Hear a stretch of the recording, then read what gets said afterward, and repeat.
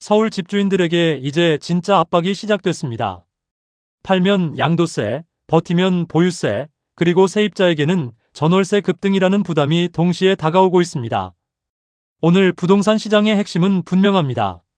오는 10일부터 다주택자 양도소득세 중과가 다시 적용됩니다. 지난 4년 동안 유예됐던 중과 조치가 끝나면서 조정 대상 지역 안의 다주택자가 집을 팔 때 부담해야 하는 세금이 크게 늘어나는 구조입니다. 기본세율 6%에서 45%에 더해 2주택자는 20%포인트, 3주택 이상은 30%포인트가 추가됩니다. 여기에 지방소득세까지 포함하면 최고 실효세율이 82.5%까지 올라갈 수 있습니다. 실제 시뮬레이션도 나왔습니다.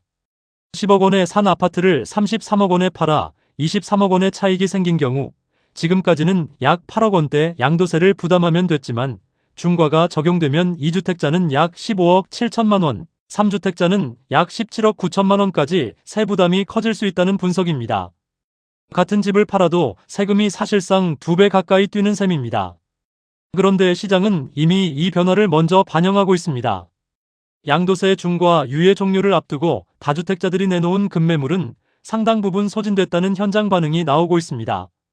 일부 중개업소에서는 이미 다 끝났다, 팔릴 매물은 진작 팔렸다는 말까지 나오고 있습니다. 실제로 강남권과 송파, 강동 등 주요 지역에서는 급매가 빠르게 사라졌고 매도자와 매수자 사이에는 막판 눈치 싸움만 남았다는 분위기입니다. 문제는 여기서 끝나지 않습니다. 10일 이후에는 매물을 내놓는 유인이 약해질 수 있습니다. 세금 부담이 너무 커지면 다주택자 입장에서는 손해를 감수하고 팔기보다 그냥 버티는 선택을 할 수 있기 때문입니다. 그래서 시장에서는 매물 잠김 가능성을 계속 이야기하고 있습니다. 매물이 줄어들고 거래도 위축되면 가격이 크게 떨어지기보다는 오히려 호가가 다시 버티는 장세가 나타날 수 있다는 겁니다. 실제로 서울 아파트값은 다시 움직이고 있습니다. 한국부동산원 기준으로 3월 셋째 주 0.05%까지 줄었던 서울 아파트값 상승률은 4월 넷째 주 0.14%로 확대됐습니다. 송파구는 하락세를 멈추고 상승 전환했고 서초구도 10주 만에 상승세로 돌아섰습니다. 헬리오시티와 잠실헬스 같은 주요 단지에서는 떨어졌던 호가가 다시 회복되는 흐름도 나타나고 있습니다. 급매가 사라지자 가격이 다시 위로 움직이는 모습입니다. 하지만 정부는 여기서 멈출 생각이 없어 보입니다. 이재명 대통령은 부동산 불패라는 신호는 없다며 부동산 정상화를 국가 핵심 과제로 언급했습니다. 양도세 중과 재개에 이어 앞으로는 보유세 강화, 장기 보유 특별공제 개편, 비거주 1주택자에 대한 과세 조정 등이 시장의 새로운 변수로 떠오르고 있습니다. 특히 장기 보유 특별공제가 중요한 쟁점입니다. 현재 1주택자는 보유기간과 거주기간에 따라 최대 80%까지 공제를 받을 수 있습니다. 이 구조에서 보유기간과 거주기간의 비중이 각각 40%씩 반영되는데 정부는 이 방식이 실거주 중심의 주택시장 재편에 맞는지 검토할 필요가 있다고 보고 있습니다.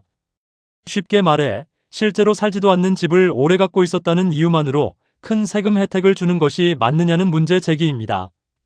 비거주 1주택자도 새로운 정책 타깃으로 떠오르고 있습니다.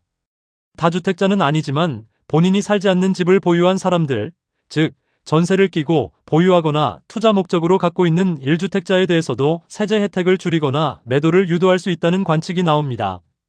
정부 입장에서는 다주택자 매물이 한 차례 나온 뒤 추가로 비거주 1주택자의 매물까지 시장에 나오게 만들어 공급 효과를 이어가려는 것으로 해석됩니다. 보유세도 큰 변수입니다. 올해 서울 공동주택 공시가격 상승률은 18.6%로 확정됐습니다. 전국 평균 9.13%의 2배에 가까운 수준입니다.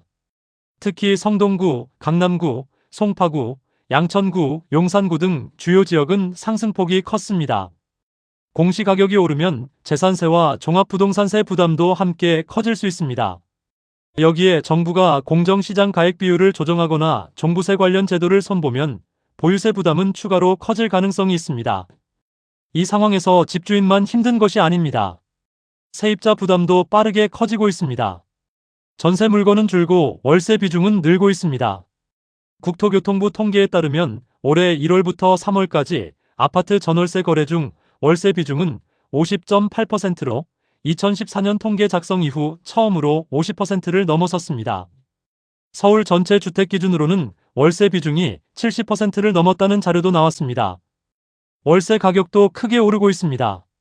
한국부동산원 자료에 따르면 서울 아파트 평균 월세 가격은 지난해 3월 135만 원 수준에서 올해 3월 152만 원대로 약 13% 상승했습니다.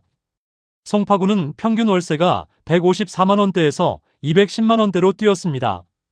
강서구 마곡, 노원구 중계동 같은 서울 외곽 지역에서도 보증금 1억 원에 월세 250만 원, 300만 원 수준의 거래 사례가 나오고 있습니다.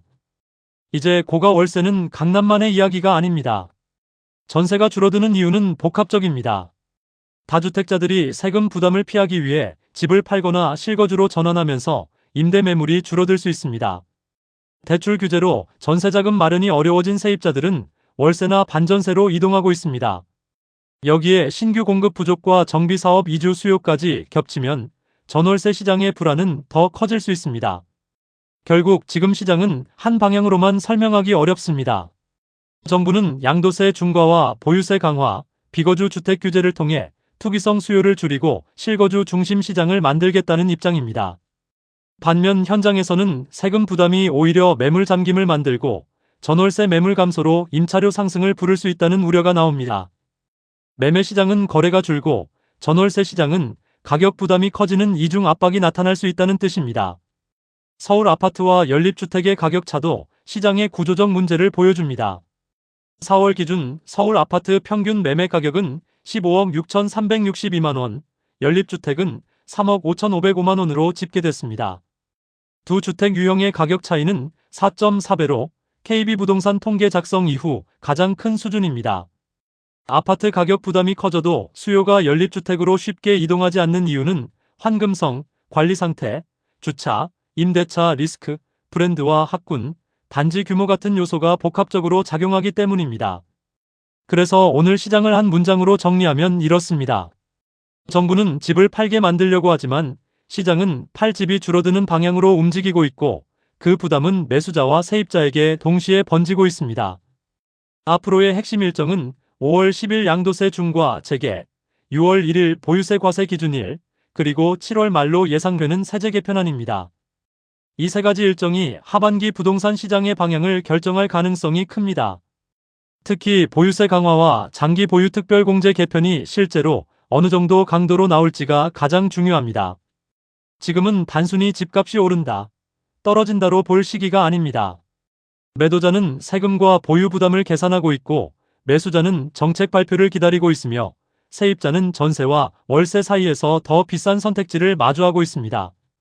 부동산 시장은 다시 정책의 시간으로 들어섰습니다. 그리고 이번에는 매매 시장뿐 아니라 임대차 시장까지 함께 흔들릴 가능성이 커지고 있습니다.